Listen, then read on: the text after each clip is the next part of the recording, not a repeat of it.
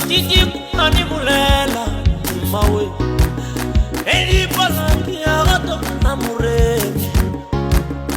Thobela nna ke dipuo ga dikobo ke tswa lefaseng la Lofanten area di Kgwale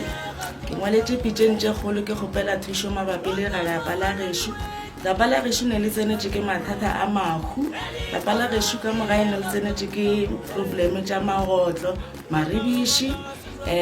mankgankganyane mogae ne re fela vele go sena motho go tshwana le no vele ke šetše le bana ba ausa ka ba tlhokofetšeng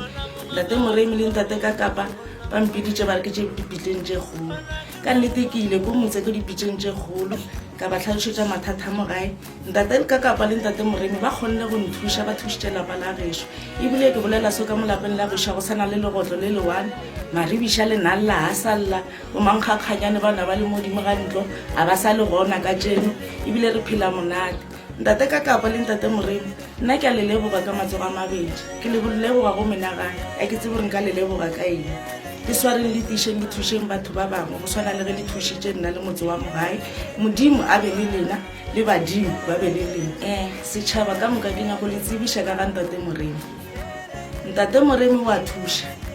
ntate moremi o thuša ka nnete